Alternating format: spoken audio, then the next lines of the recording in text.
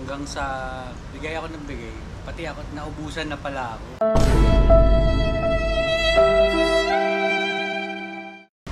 Okay na ako, pwede na ako mamatay. Hindi naman namin sinadya yun eh. Lagi ko rin pinapaalala sa sarili ko yun kasi minsan mahirap. Yan. Welcome back. Welcome back, Kapihan Session. Shoutout kila Albert. Ikaw naman ang sinashoutout namin ngayon. Ang dami na namin pinag-usapan tungkol sa'yo, Albert. Magbago ka na. Joke lang. Napakasipag niyan si Albert. Laging may pasalubong. Nagugulat ako dyan palagi. Kaya minsan pag di ako nakapag-bike, tapos nakikita ko, nagbabike na naman itong mamang ko. Kaya minsan parang nakaka-engganyo rin eh. Oo, talagang gusto mo lang may kasama ka. Si Albert. Saka grabe magpakain yan. Nalapit. Joke lang. Lahat nagpalibre kay Albert. Ba't nga ba hindi ka nag-bike ngayon? Nasaan na raw siya sa LG? Shoutout, Sir John. Sir John, kumusta? Sir John, hindi ko pa nakasama mag-bike eh. Ako rin. Sobrang busy ng mamang din. Sana minsan makasama tayo sa NAMM show sa US. Saan mo ginagawa yun? California. California. Napunta dun eh. Someday, to-torture lang sarili mo sa lahat ng magagandang instrumento, gadgets, lahat. Doon nilo-launch yung mga bago. Galing yung pagka-edit nun ah. Ibang klaseng transition.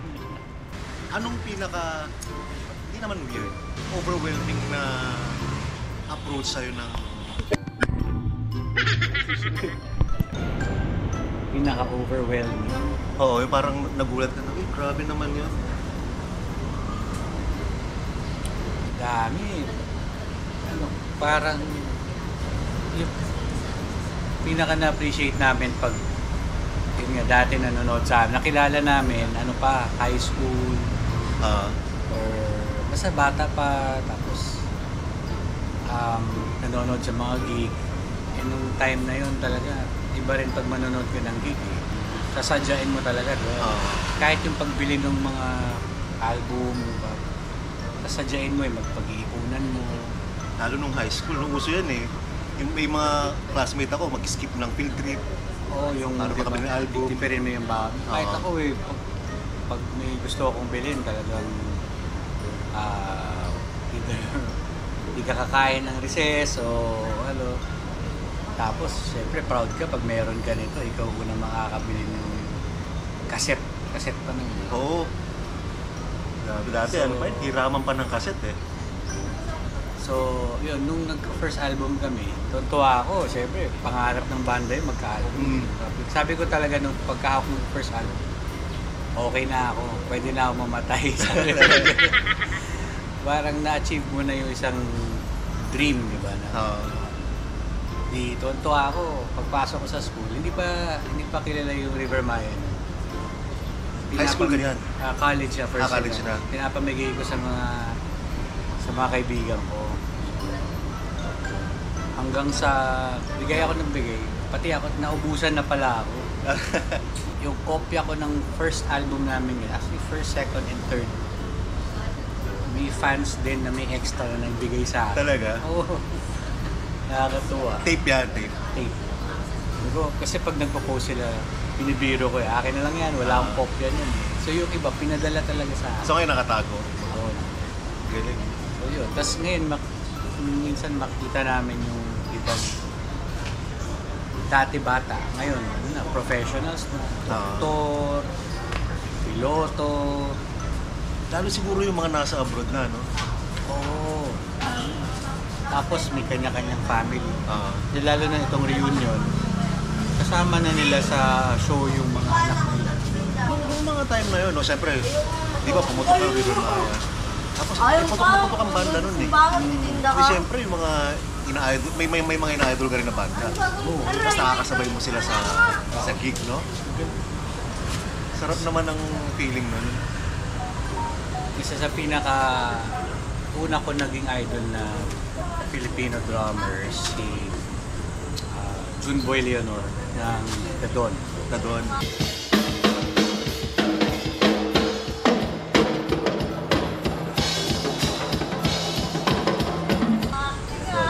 Yung tutog namin yun nung high school. The Dawn. Tapos si Sir Ernie Severino ng Side Side A. A.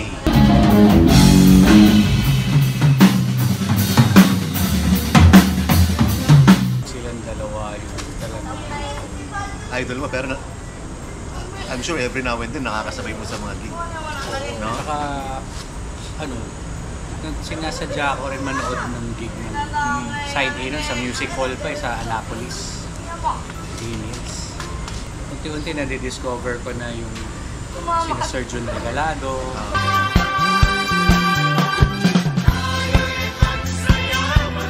Halos siya ang nag-drum sa lahat ng artists mula 70s. Saka rin, yung mga naging special sa kanila yung meaning ng mga kanta. Kunyari, yung Umaaraw Mo Ulan. Naging anthem ng buhay nila. Oo, in some way nakatulong sa kanila. Nakakatuwang marinig yung mga ganong kwento. Kasi hindi naman namin sinadya yun eh. Yung pag gumagawa ka naman kanta para sa iyo yun. Or, hindi mo alam yung kwento, yung Maging effect kung niya. kanino mapupunta, sino makakarinig. So nakakatuwa na May makaka-relate na talagang sapul na sapul. May mga umiiyak din ba? Yung meron. Na-meet ka, no? Tapos may iyak kasi. Meron, parang na-overwhelm kasi first time nila kami mamit. Lagi ko rin pinapaalala sa sarili ko yun. Kasi minsan mahirap tumugtog ng para this year, 30 years na kami. So, minsan, lalo na ngayon, hindi na kami bata, nakakapagod, pero lagi kong pinapaalala na laging may tao na first time pa lang kami papanood. So yun ang pinaguhugutan mo ng Na energy. parang hindi pwedeng, sorry matanda na ako. Pagod na ako. Hindi pwede. Kailangan kailangan maibigay. Yung effort nila pagpunta ro sa venue, di ba? Napakalaking bagay. Lalo na sa panahon ngayon na ang dali-dali manood online, di ba? Mag-stream ng mga kanta. Yung pagpunta sa gig talaga malaking bagay. Isa nga kahit yung mga message lang eh. Di ba? Isa may magme-message ang haba. Isipin mo, pinagdaanan niya ng oras yun. Yun yung nakakatuwa din ngayon sa social media. Kasi after pa lang ng gig, makikita mo na yung mga comments na nag-enjoy sila. Dati, pag uwi mo ng gig, hindi mo alam kung paano yung naging feeling nung...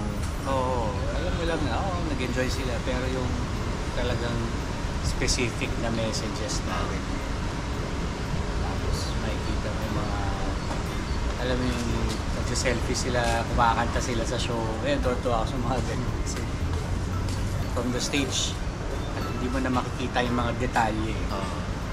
So, lagi yun after ng gig. Tingnan namin yung mga comments. And, sobrang thankful. Hirap din. Actually, yung gig masaya, yung off-stage masaya, yung kulitan in between. Yung biyahe masaya. Pero physically, nakakapagod. Nakakapagod din. Kasi, kaya like itong last weekend, ang flight namin 5 ng umaga. So, to Legazpi. Sunduin ako 12:30 ng gabi. Kasi para 3 hours before, nasa airport na kami. Kasi syempre, hindi ka naman makakatulog sa airport ng maayos. Tapos pagdating doon, minsan diretso kami soundcheck maaga. Doon ka pala makapahinga, tapos tugtog. And then the next day, maaga ulit flight. Tapos pagdating, land trip kami to Lucena naman. From airport, diretso kami na Lucena. So, yun yung challenge yun. Physically, nakakapagod. Kaya laking tulong din ng pagbabike eh. Ako, ramdam ko. May exercise kayo na may ensayo. Yung resistensya, laking tulong. ano no, pag ini-imagine ko, sarap din ng buhay ng rockstar, no? Kasi Pangalan eh.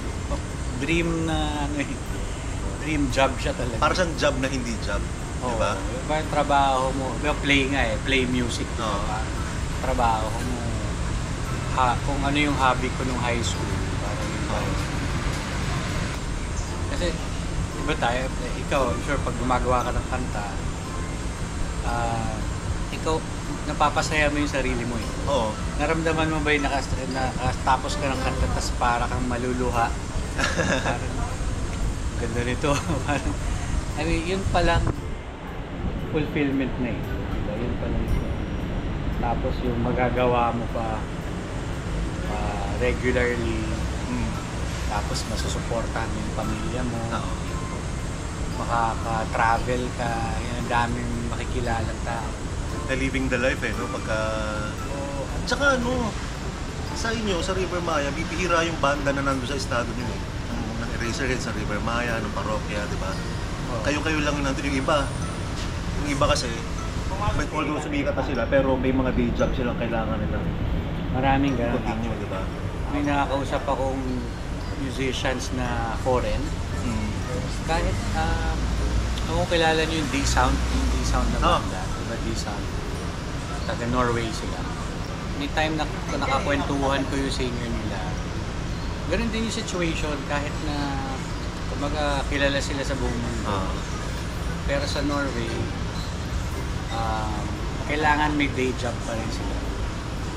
Kasi hindi regular ang Hindi kaya sustain nung pagiging banda. kung ganun yung ano mo yung career path mo sa musician, gusto mo magbanda na nagigig talaga. Mahirap din. Pero marami namang ano eh. Maraming career opportunities for musicians sa Pilipinas. Kahit pwede ka maging arranger, pwede ka mapunta sa events, pwede ka maging director, or magsulat ka for movies or for commercials. Lalo na ngayon, ang daming universities na nagtuturo na talaga ng music production, technical aspects ng music. Ano rin. Pero, yun, sabi mo nga maraming bandang May day job pa rin. Actually, halos lahat. Pwede mo na sabihin lahat eh. May kanya-kanya pinagdadaanan. Kami, dami na rin pinagdaanan. Pero yung common, ano kasi talaga, hindi, na-enjoy pa rin namin.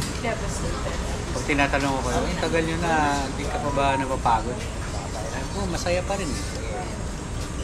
Na-enjoy ko pa rin eh. Nakakapagod talaga, pero lahat naman ng trabaho. Di ba? Lahat ng trabaho may kasamang pagod yan. Piliin mo na lang yung pagod mo. Pero buti no, tuloy-tuloy, ikaw pa rin ba nagtuloy-tuloy yung River Maya? Kasi umalis si Bago, umalis si Rico. Ako yung Ikaw yung di bumitaw loyalty talaga. award. Oo. Hindi, nagkataon lang din kasi siyempre pag may umaalis, mayroon din mga pumapasok na same yung same yung paniniwala sa music. Gusto lang naman namin magsulat ng kanta, tumugtog. So, kasi I'm sure dati nung pag umaalis yung main man, alamang maraming nag-ano sila na wala nang River Maya. Challenge talaga. Diba? Challenge talaga. Pero fan talaga ako ng pagbabanda eh. Parang iba yung saya ng music pag grupo. So, as long as may kasama kang Same passion. Enjoy kayo. May mga challenge pero ayun talaga eh.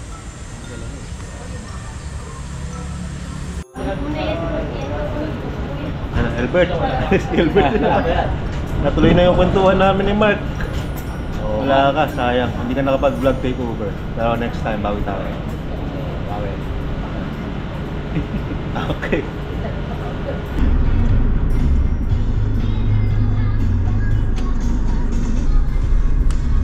Like a virgin. Ow! Ayan na, dyan na natapos ang ating day 2. Bukas sana makaride ulit tayo. Dyan na muna matatapos mga potpot. Like a virgin.